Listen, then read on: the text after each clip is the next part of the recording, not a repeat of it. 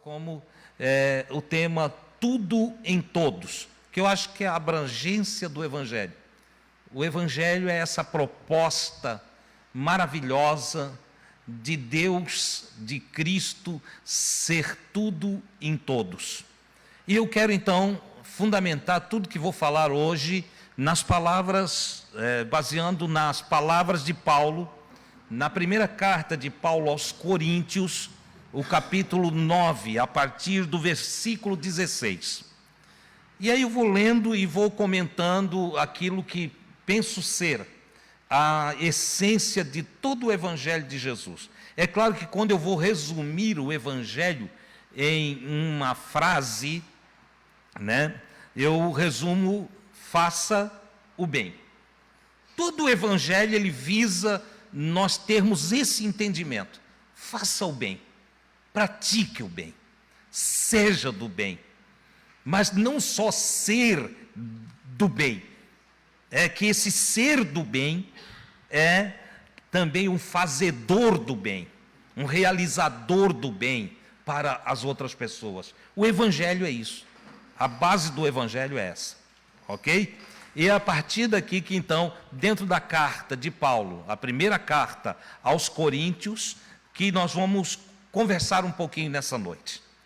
O Paulo, no versículo 16, ele diz assim, 1 Coríntios, capítulo 9, versículo 16, ele diz assim: porque se anuncio o Evangelho, não tenho do que me orgulhar, não tem orgulho para mim. Ou seja, para Paulo, levar o Evangelho, anunciar as boas novas que Cristo trouxe e que alcançou ele, e que agora ele, constrangido por essas boas novas, em profundo amor, se dedica a passar essas mesmas boas novas para outras pessoas, formando discípulos em várias comunidades. Ele diz: quando eu faço isso, eu não tenho do que me orgulhar, não tenho por que ficar orgulhoso. Veja a diferença de muitos que a gente encontra pelo caminho hoje em dia. O que mais tem é soberbo pregando evangelho. É o sujeito se achando uma autoridade. Há inclusive uma doutrina de autoridade espiritual que coloca quem prega o evangelho sobre os seus irmãos, numa inversão total daquilo que Jesus ensinou. Porque o que Jesus ensina é que o pregador do evangelho, o anunciador das boas novas, é servo dos irmãos. Ser pastor é servir os irmãos. Ser apóstolo é servir os irmãos. Ser evangelista é servir os irmãos. De sorte que maior na comunidade são os irmãos, não o pregador do evangelho. Não é ele que é o maior, não. Ele é o menor. É o que Jesus disse: aquele dentre vós que quiser ser o maior, seja o servo de todos.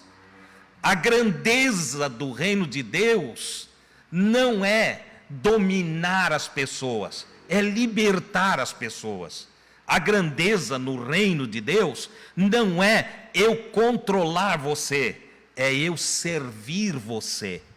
Daí o que o Paulo diz: se eu anuncio o Evangelho, não tenho de que me gloriar, pois me é imposta esta obrigação, me é colocada essa obrigação. Por que é colocada essa obrigação sobre ele? Porque, irmãos, vocês hão de convir comigo, se nós recebemos a graça divina, se somos envolvidos pelo amor de Deus, se somos acobertados por suas misericórdias, por suas maravilhosas bênçãos, como é que nós não vamos transmitir isso para os outros? Vamos ser egoístas de guardar o que recebemos só para nós? Não dá. Então o constrangimento de Paulo em pregar o Evangelho é a visão que ele tem de si mesmo como um agraciado pela dádiva divina, como um amado de Deus. E aí ele constrói essa frase, esse entendimento. Ele diz: se Deus me amou, se Deus me perdoou, se Deus me agraciou com salvação, como é que eu vou ficar quieto? Como que eu vou me calar? Como que eu não vou agora repartir com todos que eu encontrar no caminho da vida essa dádiva, essa graça, esse amor, essa bondade?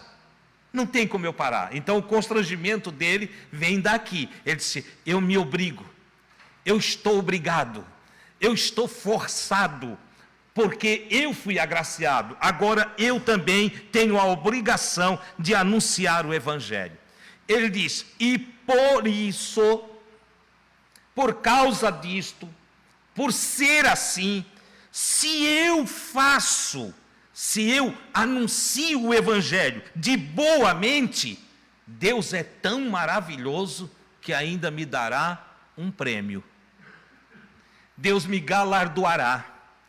Deus, Ele me recompensará por eu pegar tudo que recebi de Deus e repartir com as outras pessoas. Levar para as outras pessoas. Ele disse: então, se eu faço de boa mente, se eu entendo que devo fazer isso por amor, que devo fazer esse exercício de apregoar as boas novas com liberalidade, voluntariedade, de boa mente, ele chama isso de boa mente, terei prêmio, recompensa. Mas se eu faço por uma obrigação, porque nós podemos cair num erro aqui incrível, entende? Sabe aquilo que a religião faz com a gente? Você tem que pregar o Evangelho, você tem que ir pelo mundo todo, e teologicamente é inculcado na nossa cabeça um exercício de obrigação. Tem que ir, tem que falar, tem que distribuir folheto, tem que bater nas portas, tem que fazer assim. Aí você chega a um momento que está fazendo as coisas e já não é de boa mente, já não é da consciência amorosa, já não é do transbordar da graça, já não é o exercício do jorrar das misericórdias de Deus dentro do seu coração. Então já tem uma obrigação. Ele diz: tem uma diferença. O que faz por obrigação, o que faz para aparecer para o homem, o que faz para poder ter uma vaguinha no ministério, o que faz para ter um títulozinho, porque é títulozinho, não passa disso. Agora eu sou pastor, estou fazendo porque eu tenho que fazer, porque eu tenho que alcançar a posição de pastor. Coitado, entendeu? O Paulo diz assim: esse que não faz, ele chama para ele, se eu não fizer de boa mente, não terei recompensa alguma. O que vai acontecer comigo é que eu só passei um tempo. Só passei um tempo. Está cheio de gente só passando um tempo, irmão, na presença de Deus. Entendeu? É o tempo dele ser o presidente não sei do que, de ser a líder não sei do mais o que, de ser o seu fulano que está agora na mídia. É só um tempo. Ele disse: para esse que não faz de boa mente, entende? Que faz até de má vontade, eu já tive perto de amigos meus que são pastores aí de algumas igrejas. Disseram: rapaz, tem mais um culto hoje. Sabe aquela expressão assim? Mais uma segunda-feira, não tem? Mais um culto hoje, eu tenho que ir lá, meu. Infelizmente não posso ir contigo, infelizmente não posso ir com você, porque tem a reunião dos homens. Entendeu? Ele está fazendo por uma obrigação. Para ele é um peso, para ele é uma carga. Teve um pastor que me encontrou, pastor de uma grande igreja aqui em Itajaí, e ele olhou para mim e disse assim: a obra não é fácil, né, Adilson? E eu olhei para ele e disse: por quê? Bem assim, olhei e disse: por que não é fácil? Ele disse, não, é um peso, né? A obra é um peso. Você está entendendo a expressão dele? Eu disse, rapaz, para mim é uma alegria. É um prazer. Não tem peso. Aqui está a diferença, você está entendendo? Eu faço por amor. Eu faço de graça.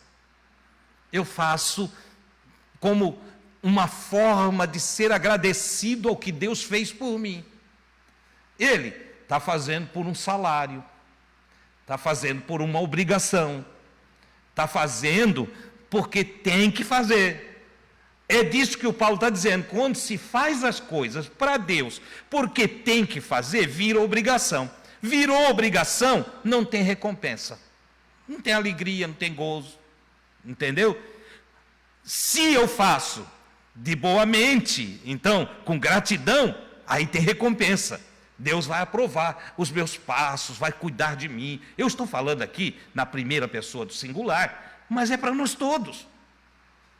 Porque você também é um obreiro de Deus.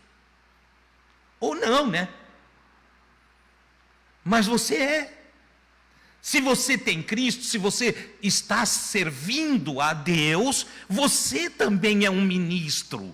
Você também é um agraciado. Você também é alguém alcançado pelo Senhor. E você, diante de tudo que Deus tem dado para você, deve ser alguém também grato, como diz o Paulo, realizando dentro das suas habilidades e dons alguma coisa para fazer a vida de alguém melhor em volta de você. Porque não é alguma coisa no templo, não. Porque está no altar, eles botaram um altar aí, né? Não sei, entende? Não tem nada a ver, não é isso. A obra de Deus é realizada nos irmãos. A obra de Deus é você. A obra de Deus é você, é eu, somos nós. A obra de Deus se realiza. Ninguém tem. Quem que vai levar alguma coisa para Deus? Onde é que Deus mora? Tem que trazer as coisas que você quer doar para Deus, tem que trazer na casa de Deus. Onde é a casa de Deus?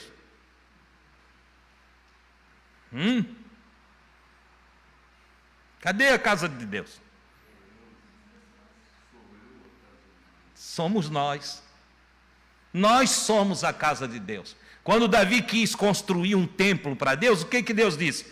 Davi, ele usou uma expressão, uma hipérbole para a mente do Davi, a mente humana, a do Davi, a nossa, captar. Deus falou assim, ô Davi, os céus, e aí a gente pensa em céu, esse ali, né? Já imagina.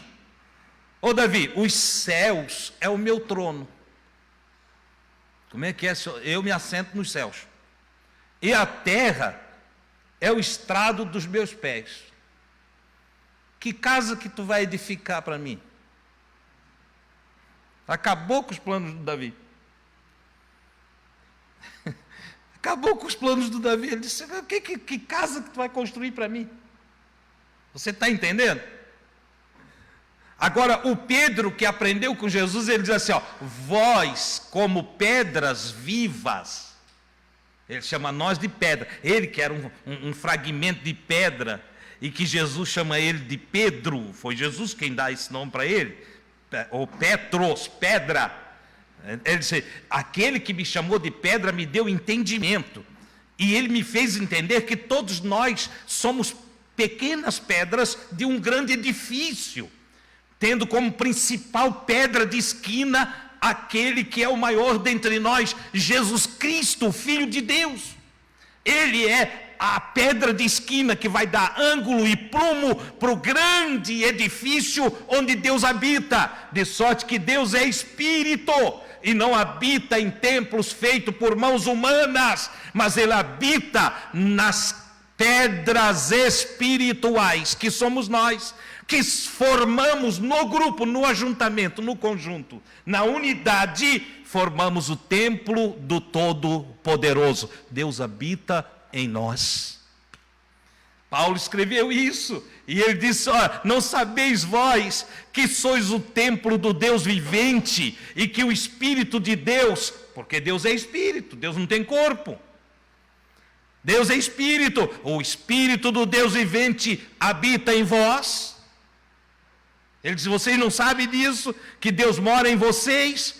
De sorte que se você quer fazer alguma coisa para Deus, faça ao seu irmão, a sua irmã. Porque a Deus, eu gosto dessa expressão, da verticalidade e horizontalidade dos relacionamentos. A Deus eu sirvo nos irmãos. Se eu quero fazer algo bom para Deus, eu preciso fazer através de você. Deus mora aí, Deus está aqui. Se queremos agradar a Deus, precisamos nos encaixar, nos entender, fazermos um para o outro. É impossível de eu agradar a Deus, deixando meu irmão passar fome ao meu lado, e eu ir levar um dízimo para o pastor na igreja. Você entende isso? Ah, mas está na Bíblia. Está tudo na Bíblia, meu filho. O problema é como é que eu leio, se eu entendo o que leio. Entendeu? Está tudo na Bíblia. Tem gente que mata usando a Bíblia. Tem gente que guerreia, faz guerra santa usando a Bíblia. Porque não tem o entendimento daquilo que lê. Nós precisamos ler e entender. Paulo continua: logo, que prêmio tenho se eu não faço por salário, se eu não faço pela recompensa dos homens, se a minha visão não é ganhar dinheiro com a pregação do Evangelho? O que eu ganho com isso? O que eu vou ganhar? Versículo 18. Ele disse: é que evangelizando, o meu ganho é que evangelizando, anunciando boas novas, de graça, o Evangelho de Cristo, para não abusar do meu poder no Evangelho. Ou seja, ele está dizendo assim: logo, que prêmio tem que evangelizando proponha de graça o Evangelho? O que eu ganho pregando o Evangelho gratuitamente, não ganhando salário, não tendo direitos? Ele fala de um direito, porque Paulo está ali, ó, entre a mudança do Antigo para o Novo Testamento. E ele disse: os sacerdotes do Antigo Testamento ganhavam salário, tinham recompensa. Ele disse: agora, se eu saio pregando o Evangelho e eu não tenho a expectativa de ganhar nada com o Evangelho, eu não tenho a visão de receber dinheiro do Evangelho, qual a vantagem disso? Se eu abro mão. É interessante o que ele está falando, porque o que ele está dizendo é: eu tenho direito de viver do Evangelho. Quem anuncia o Evangelho tem direito de viver do Evangelho. Ele disse: mas eu não quero viver do Evangelho, eu não quero ganhar do Evangelho. Paulo fez o que eu faço aqui com vocês. Ele preferiu trabalhar. Ele construía tendas para se sustentar.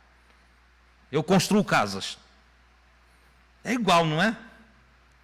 Na época dele, tendas. Na nossa época, é tijolo sobre tijolo.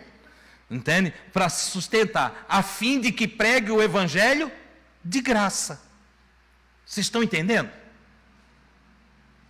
Eu falei para um pastor que me convidou. Eu fui convidado para pregar em Londrina. E na época o pastor disse: quanto é que o senhor cobra? Eu disse: como assim? Não, quanto que o senhor cobra para vir pregar aqui para nós? Eu digo: Deus me livre de eu cobrar alguma coisa. Aí falei para ele assim: pelo contrário, eu pago para pregar. E ele ficou confuso, porque até então ele não tinha ouvido isso de ninguém. Depois nós nos tornamos amigos, voltei várias vezes lá, e conversamos muito sobre vários assuntos, inclusive sobre este, de não cobrar para pregar o Evangelho. Você tem uma recompensa para quem no Evangelho busca graça sobre graça, bondade sobre bondade, amor por amor. Quem busca no Evangelho agradar a Deus, servir a Deus, tem recompensa, que não tem dinheiro que pague. Não há dinheiro que pague. Longe de mim trocar o prêmio que Deus tem para nós por um valor qualquer de dinheiro, seja esta a quantia que for. Então eu falei para ele, eu não cobro.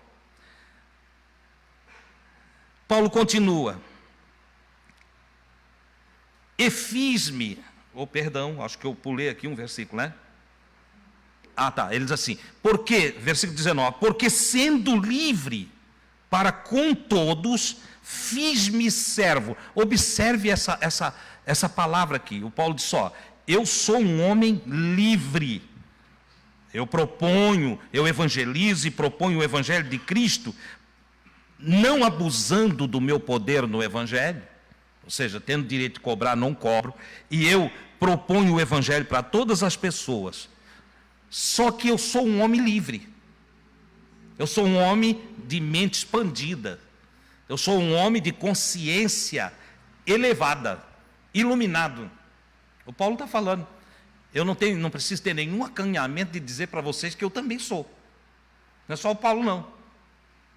O irmão está ficando orgulhoso. Não, é que a verdade é verdade. Jesus não teve nenhum acanhamento de dizer, eu sou humilde de coração. Porque ele era, o que é. Feia é o sujeito dizer, olha, eu não sou cantor, e vem e canta todo afinadinho e bonito. Mentiroso, né? Disse que não era cantor e canta bem. Né? Tem o outro que diz, eu não sou orador, eu não consigo falar para as pessoas. E aí vem aqui dar o discurso, né? Entendeu? Chega aqui, impressiona nós tudo. Mentiroso. Eu não sou mentiroso. Deus me expandiu a consciência, me deu entendimento, me iluminou,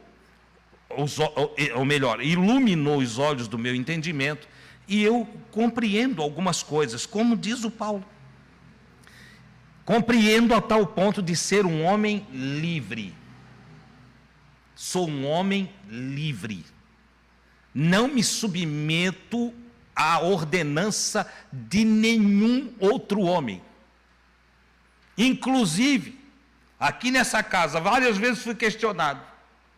Várias vezes fui questionado por irmãos aqui. Ô irmão Adilson, tu não acha que é melhor tu fazer assim? Por causa do fulano de tal. Eu disse, não.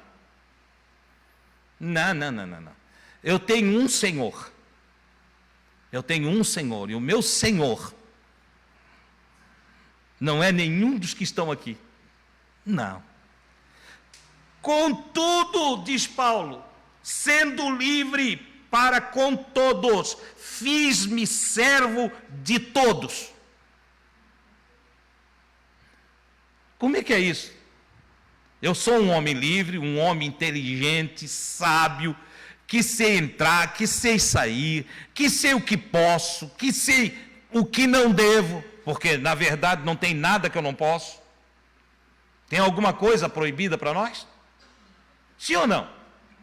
Vocês têm certeza?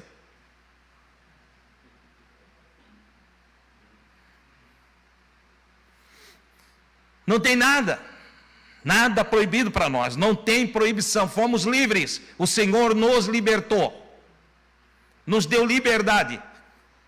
Se você hoje quiser fazer qualquer coisa errada, saiba, Deus não vai pegar na tua mão e te segurar. Não vai chamar a tua atenção no meio do caminho. Se você decidir matar alguém como fez Caim, Deus não vai aguentar a tua mão. Não vai. Sabe por quê? Você é livre. Você é livre. A pregação do Evangelho é esta verdade. Somos livres.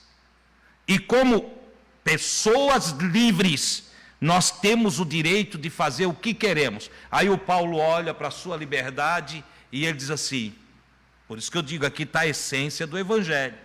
E ele diz assim, vou me fazer servo dos irmãos. Como é que é, irmão Paulo?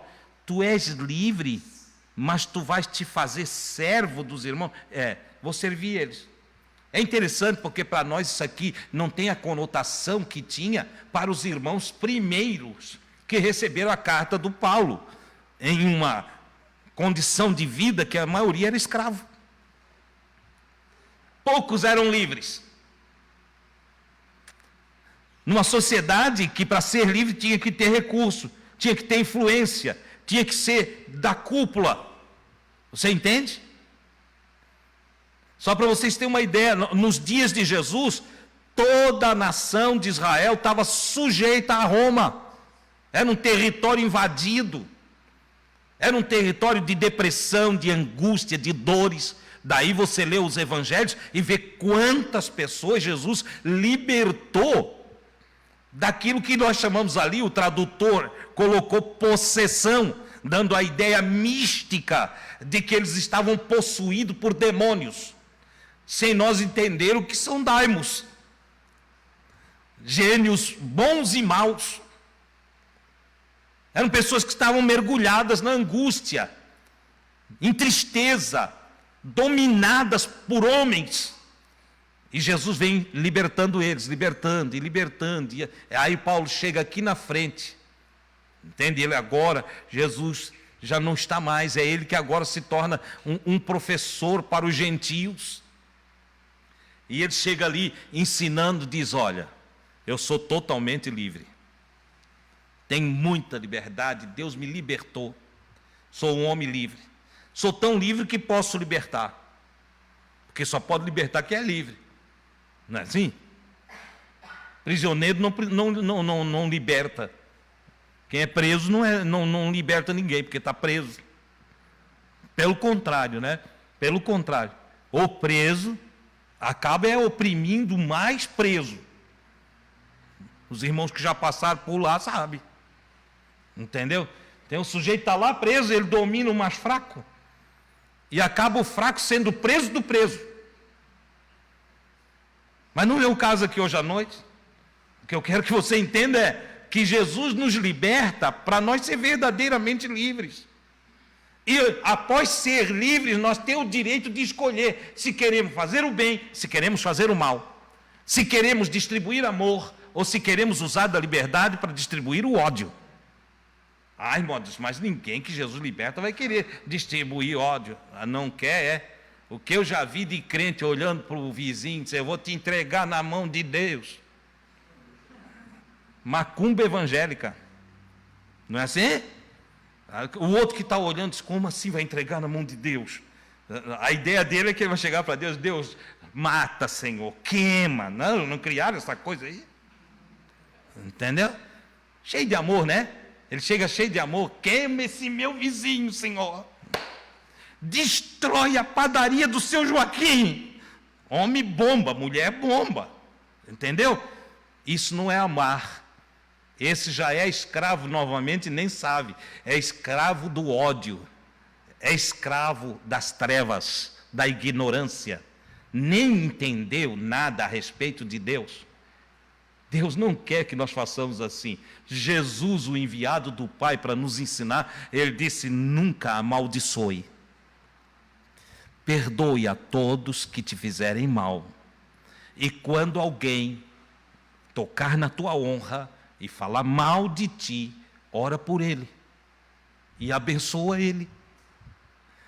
Jesus ensina a trocar. Ele diz, olha, o amor é uma força tão extraordinária, tão grande, que quando você se vê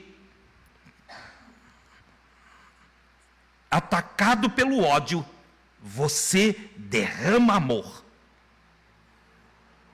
Ore com amor, fale com amor, haja com amor, tenha pensamentos de amor, para que você não seja corroído pelo ódio. A acidez você destrói, a acidez do ódio você vai destruir com o óleo do amor. Você vai amar. Olha que coisa extraordinária. O Paulo entendeu isso e ele disse, de sorte que tendo liberdade, eu agora me faço de servo. Agora eu me coloco como servo. Como assim, irmão Paulo? Para ganhar mais alguma pessoa. Eu deixo a pessoa explodir, eu deixo a pessoa criticar, eu deixo a pessoa fazer o que quiser fazer nos seus argumentos, dizer o que quiser dizer. E eu vou lidar com amor, vou navegar toda a fúria, todo o ódio com amor. Entendeu? Até que eu consiga conquistá-lo. O amor supera o castigo. Essa é a verdade. E fiz-me como judeu para os judeus. Paulo era um homem camaleão. Não é Gamaliel. Com Gamaliel ele aprendeu. Mas ele era um camaleão. Como assim? Ele se fingia? Ele disse, não, ele se fazia. Ó, tem um judeu aí, radical, entendeu? Daquele com a trancinha, entende? Com kippah, e na força da lei, legalista.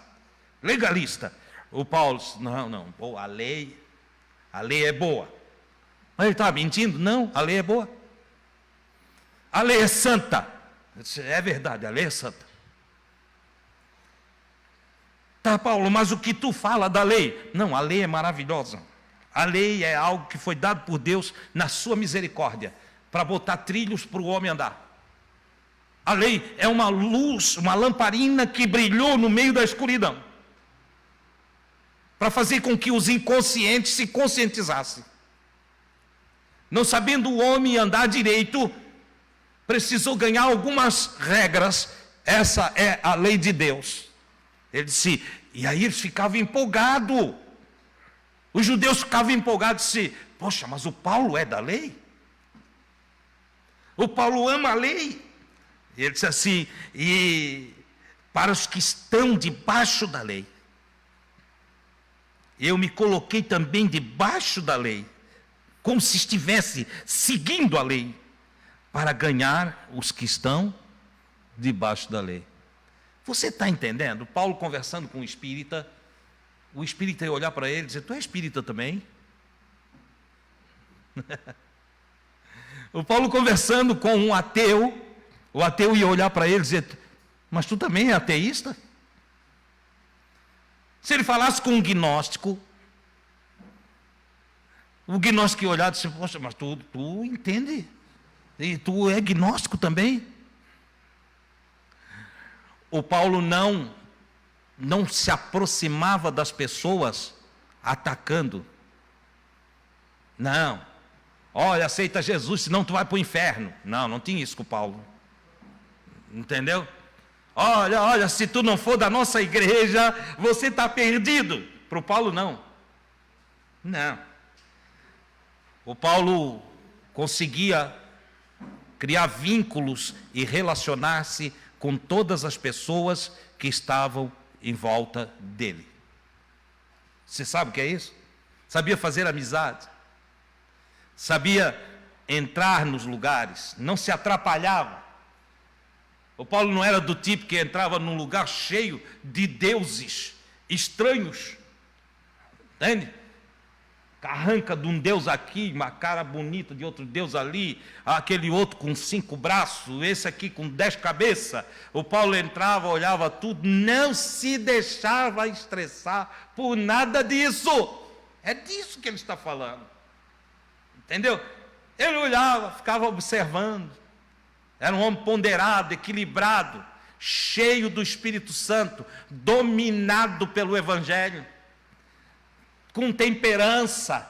Observava, foi assim que em Atenas ele conseguiu olhar os vários altares de deuses de tudo quanto é tipo, e até que ele encontrou um altar ao Deus desconhecido. Olha o equilíbrio de um homem. Saber o que falar, quando falar, de que forma falar. Ao invés de chegar e dizer, essa carranca aqui não é Deus não, isso é um demônio, hein? Não é assim que a maioria dos crentes faz? Isso me faz lembrar da nossa irmã Regina, quando foi visitar uma casa que tinha uma santinha desse tamanho. Entendeu? Mantinho azul. Estava ali o altarzinho. E aí a dona da casa olhou para ela e disse: o que a senhora diz da minha santinha? Ela, muito prudente, sábia, disse: que bonitinha. Que bonitinha a sua santinha. Aí aproximou-se, tocou na santinha, diz que tocou no pé da santinha, disse: que pezinho bonitinho. Pena que não anda, né?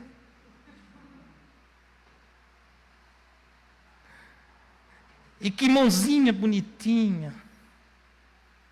Pena que não se estende, né? E a mulher ficou olhando para a irmã Regina. E a irmã Regina foi no olhinho. Olha que coisinha linda o olhinho dela, olha só, que coisa linda. Se enxergasse, né? A irmã Regina não falou mal da santinha. A irmã Regina mostrou toda a beleza da santinha e mostrou a ineficácia dela sem ofensa. Saiu, foi embora. A mulher mudou de vida, tá? Eu ouvi esse testemunho. A mulher mudou de vida. Não precisa mandar tirar santinha, não precisa atacar a igreja de ninguém, não precisa ter medo da macumba, não tem que ter medo do candomblé, não tem que falar mal dos ídolos e deuses dos povos. Não, seja sábio. A pregação do evangelho é o contato de amor, é o olhar da misericórdia, é a compaixão no coração, é o exercício piedoso na eficácia da ação que ajuda o próximo, na mão que se estende para levantar o caído, no abraço que se dá ao desprezado, no chamar para a aproximação o que está distante. Deixa Deus manifestar-se através de nossas obras. Oh, glória a Deus! Não é ataque, não é a pregação do proselitismo que quer convencer o outro na marra. Não. São ações, são proceder. É disto que o irmão Paulo está falando. Ele disse: olha, eu fui me colocando de todas as formas, fui me fazendo de tudo para com todos. Fiz-me como fraco para os fracos, para ganhar os fracos. Tem alguns irmãos que são interessantes, eles dominam o Salmo 23, ou João 3,16, e eles saem por aí como quem sabe tudo. Querem responder tudo para todo mundo, não sabe dizer não sei. Evangelho me chama para a humildade. Eu não sei tudo. Eu não sei nem fazer um bolo. Eu preciso humildemente me sujeitar à irmã Gui e deixar ela fazer do jeito dela, que eu não sei nada de bolo. Não sei. Entendeu? Tem o meu amigo, engenheiro Racelli. Eu me sujeito a ele no processo da construção. Ele é o engenheiro. Eu não sei tudo. Eu não sei por que tem gente que pega uma Bíblia. Eu já li a Bíblia 10 vezes e faz tudo errado. Grandes coisas ler a Bíblia 10 vezes. Entendeu? Tem uma menina que veio conversar comigo: não, irmão Adilson, eu queria que o irmão conhecesse meu pai. Ele conhece a Bíblia de capa a capa. Eu tive 10 minutos com ele. Ele só conhecia as 2 capas mesmo. Você entendeu? O Paulo diz: olha aqui, ó, te faz de fraco. Estás com fraquinho? Não tenta agora se achar o super-homem. A Mulher Maravilha está sobre ele agora. Achei um aqui que é fraquinho. Então, não. Com o fraquinho, tu te faz de fraco. Para ganhar o fraquinho. É assim mesmo. Irmão Adilson, eu creio que Jesus faz mamão virar pera. Tem um pé de mamão lá em casa, irmão Adilson, e eu orei, porque eu estava com vontade de comer pera, e eu creio que Jesus vai fazer o mamão produzir pera. Eu digo, olha, tudo é possível que crê. Ponto. Não vou discutir com ele, olha, não, porque mamão não produz pera, Deus não vai fazer isso. Não adianta para ele, não adianta. Ele crê assim. Deixa ele ser assim.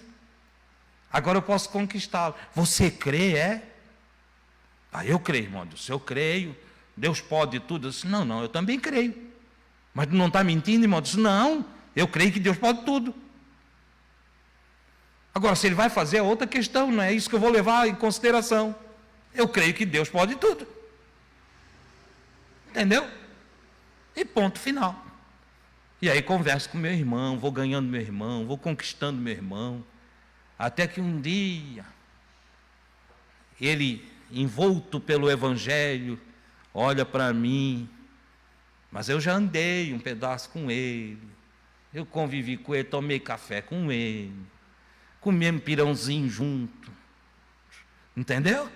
Lá um dia ele olha e disse, irmão Adilson, acho que esse pé de mamão não vai dar pera não, né? Eu digo, opa, disse, por quê? Não estás acreditando mais? Não, eu creio que Deus pode fazer, irmão Adilson, mas depois de tudo que eu aprendi, sabe uma coisa? Eu acho que ele vai dar mamão mesmo. Eu disse, é assim que se vê, tu expandiu a consciência.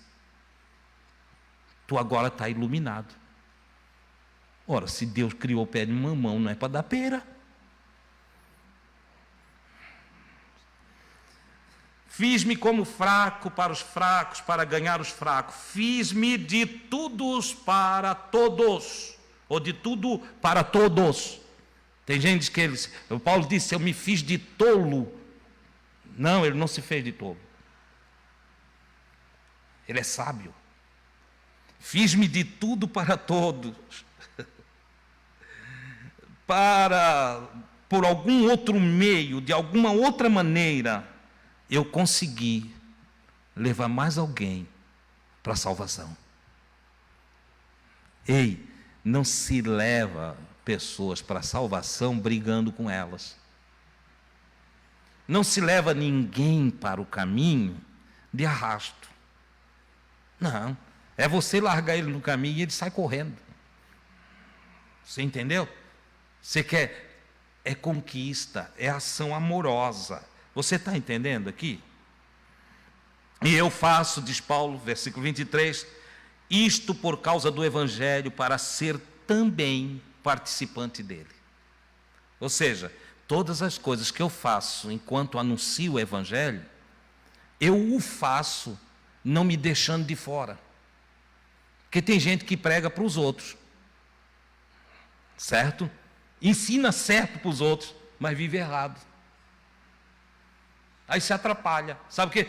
Você sabia que tem gente que vai ser o responsável por muitas pessoas estar no reino de Deus e ele mesmo não vai entrar?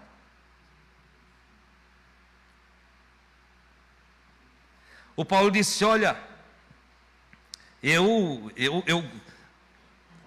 procuro participar da vida no Evangelho. Eu falo para os outros, mas eu mesmo quero viver o Evangelho. Eu mesmo quero fazer parte dessa graça. Versículo 24. Não sabeis vós que os que correm num estádio, as pessoas que se dedicam ao esporte, eles têm disciplina, eles têm toda uma dedicação para ganhar um prêmiozinho qualquer. Um prêmiozinho, um troféuzinho. Nem ouro não é, né? Ele sabe, ganhou uma medalha de ouro. Chega em casa, ela enferruja toda. Você entendeu?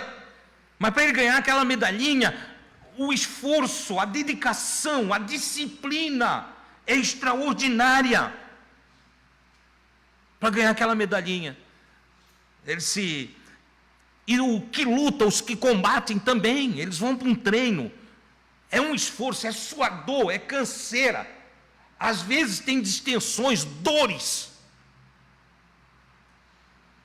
Ele disse: eu também me esforço. Versículo 26. Pois eu assim corro, não como coisa incerta. Também combato, não como que batendo no ar. Eu tenho um alvo, eu tenho um objetivo. Ele disse: por esse alvo, por esse objetivo, eu subjugo o meu corpo e o reduzo à servidão, para que pregando aos outros, eu mesmo não venha de alguma forma, de alguma maneira, a ser reprovado. Entenda, irmãos, o que Paulo deixou para nós é extraordinário.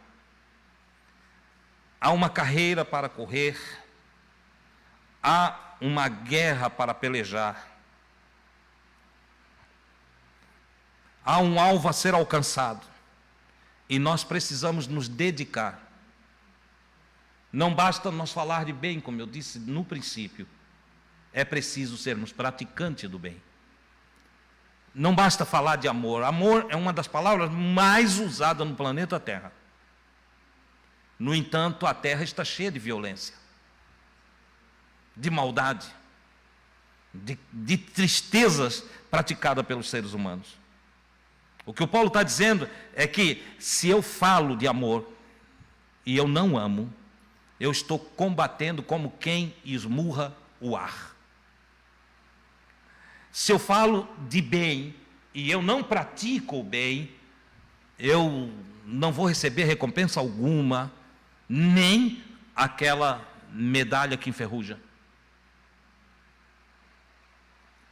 Se eu entro nessa batalha, é uma batalha não violenta, porque a batalha do bem contra o mal não é uma batalha violenta, não é uma batalha de destruição, não é uma batalha de ataque para matar, não. A batalha do bem contra o mal é uma batalha gloriosa, é uma batalha que inicia-se em mim mesmo. Primeiro, inicia-se pela conscientização do que sou e do que devo ser. Segundo, uma vez conscientizado, eu devo dar o passo seguinte, que é eu fazer o bem para o outro. Me exercitar nesse bem.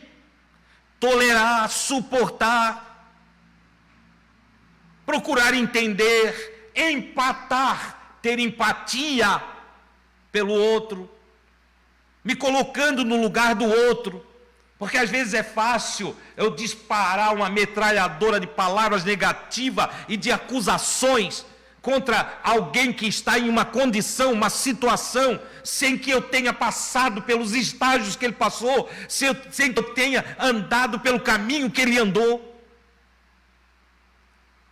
É muito fácil criticar o outro, é muito fácil apontar o dedo e os erros dos outros, esquecendo-me dos meus. O que Jesus nos ensina é olhar para nós. É olhar para nós. Nos textos de Paulo nós vamos encontrar a declaração dele que ele era o maior dos pecadores. Paulo diz isso em seus textos, que ele era o maior de todos os pecadores. Se ele ainda vivesse, estivesse aqui hoje, eu ia olhar para ele humildemente e dizer: irmão Paulo, você equivocou-se, você errou, o maior de todos os pecadores sou eu, não é você, sou eu. E eu digo com muita humildade e com total consciência do que estou falando, porque quando eu me enxergo como o maior de todos os pecadores do planeta Terra, então eu consigo entender a misericórdia de Deus, a graça de Deus, o amor de Deus, porque se Ele teve misericórdia de mim, e se Ele amou a mim, o maior de todos os pecadores, então você está garantido, então você é aceito por Ele também. Você é amado por Ele, porque aquele que não desprezou o maior de todos os pecadores, que sou eu, como desprezará você que é menos pecador do que eu? Ele não te desprezará, não te deixará. Oh, glória a Deus! E por isso essa noite nos reuniu nesse lugar, para nos fazer entender, por seu Espírito Santo, que nós somos importantes para Ele, e que Ele tem planos maravilhosos para ser exercido por nós. Cada um de nós aqui deve se responsabilizar por levar essa graça, esse amor, essa maravilhosa graça a muitos outros na face da terra. Primeiro, praticando o que é o Evangelho, e segundo, agindo conforme o Evangelho, essa vida de graça, de amor e bondade. Para concluirmos, capítulo 10, versículo 1, ele diz: ora, irmãos, não quero que ignoreis uma coisa. Aí ele está falando dos seus pais, ele estava falando aos judeus de sua época, e ele diz: não quero que ignoreis uma coisa, que nossos pais estiveram todos debaixo da nuvem, e todos passaram pelo mar. Você entende? Ele está escrevendo aos irmãos judeus, que tinham toda a história do livramento do Egito, e ele disse: não ignore uma coisa, os nossos pais foram tirados da terra do Egito, e todos passaram pelo mar, quando Moisés, por ordem divina, abriu o mar, e todos estiveram debaixo daquela nuvem no deserto. Ele disse, nesse sentido, todos foram batizados em Moisés, na nuvem e no mar. Versículo 3, e todos eles comeram de uma mesma comida espiritual. Uma comida que não nascia em árvore, que não era criada no terreiro da casa, uma comida que caía com o orvalho da manhã, o maná. Ele disse, não ignoreis isso, os nossos pais comeram. Em outras palavras, os nossos pais participaram daquela vida maravilhosa, daqueles milagres, daquelas coisas gloriosas, da natureza divina que se manifestou a eles no Egito, levando-os pelo deserto até a terra de Canaã. E todos beberam de uma mesma bebida espiritual, porque beberam da pedra espiritual que os seguia, uma pedra que estava perto deles e da qual jorrava água fresca no deserto. Nós estamos falando aqui de ciências teocráticas, de acontecimentos que não é da concepção do ser humano, da ação do Espírito sobre a matéria, da transformação e alquimia dos elementos. Estamos falando de coisas profundas aqui, de uma ciência que os israelitas, os hebreus, melhor dizendo, receberam da parte de Deus em um processo de libertação. Eles todos beberam, todos experimentaram, todos participaram. E ele ainda faz uma alusão àquela rocha, aquela pedra que seguia os israelitas, da qual jorrava água, era Cristo. Ele disse, é tipologia de Cristo. E ele conclui assim, mas, cada vez que eu leio mas, Deus não se agradou da maior parte deles. Por isso, foram prostrados no deserto. morreram lá mesmo. Ficaram por lá mesmo.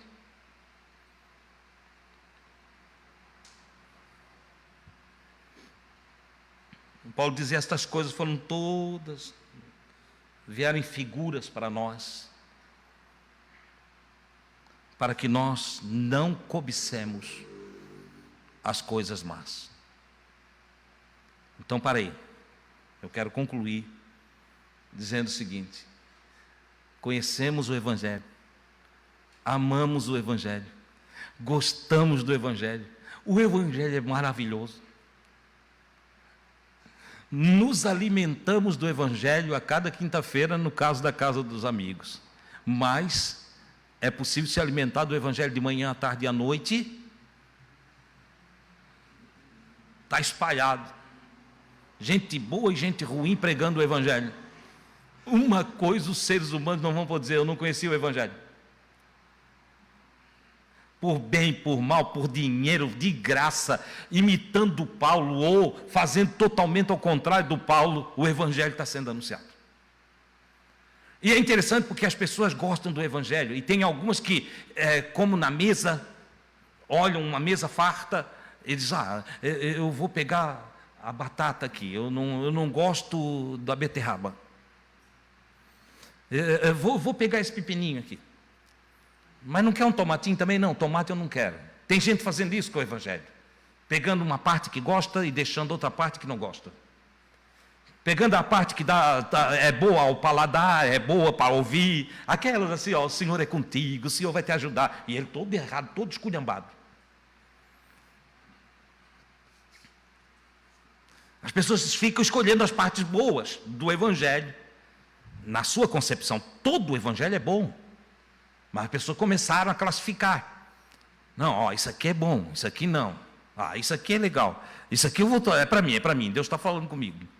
Isso aqui não, isso aqui eu não quero porque ele não é bem assim, isso é interpretação.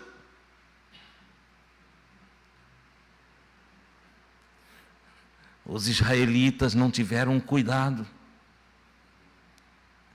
de obedecer toda a palavra de Deus. Você entendeu?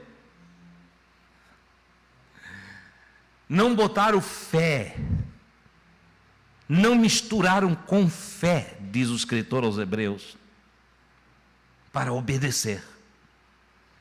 Ficaram só escolhendo. Não, maná eu quero, água da rocha eu quero. Entendeu? Mas debaixo da nuvem eu não ando. A luz à noite eu quero, a sombra de dia não. Quem começa a selecionar a palavra do Evangelho vai se perder, vai ficar prostrado no caminho, vai dar ruim. Não faça isso com o Evangelho. Faça o que eu fiz. O Evangelho é para mim. E quando eu digo o Evangelho para mim, é o Evangelho todo, inteirinho, o bolo todo. O Evangelho é para mim. Eu ando com o Evangelho. Oh, glória a Deus. Então não ficarei prostrado no deserto. Na vida não ficarei prostrado. Caminharei o caminho, combaterei o bom combate, vou acabar a carreira, guardar a fé e receber a coroa, o prêmio da justiça, que o justo juiz lhe dará naquele dia, não só para mim, mas para todos quantos amam o Evangelho. Oh, glória a Deus! Essa é a grande verdade. Fique com essas palavras, entenda esta playlist que o Diego vai colocar ali como currículo dos amigos de Jesus. Tudo para todos. Amém? Se Deus quiser, em uma outra oportunidade, eu darei sequência, aí nós vamos estudar um pouquinho o Evangelho da consciência, na carta aos Romanos, se o Senhor quiser e eu viver. Agora, eu quero agradecer a Deus com você. O irmão